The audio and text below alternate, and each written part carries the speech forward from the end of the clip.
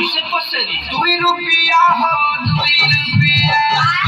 2 रुपया हो 2 रुपया हीरा नारे दे 2 रुपया चोली रंगाई दे 2 रुपया साया रंगाई पौने 2 रुपया चोली रंगाई दे 2 रुपया अरे साया रंगाई पौने 2 रुपया कि तनी बेंजो पेरे का खाते चुमारी हिया से खोते जान पवना जानी कि जाना वहाँ जानी लगे जाए पहाड़ तो सारा के भला जाना वहाँ जानी लगे जाए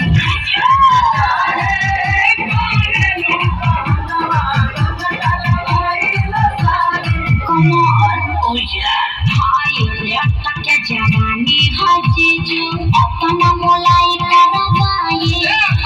हजारा तू हजारा अब पूछाओ नहीं के लाखों में हम बतियाए नहीं करना नचनिया सरे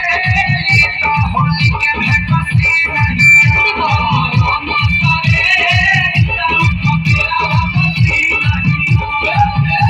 दुआरा जाके देखी मोनिया रंग फेंकी छिपा माला ना भेटाई अरे कहा आधा का खाली खिदे हम खे पूरा लिख दे बाकी डालब भरा पे आरी खेत में जा बनबो का व्यास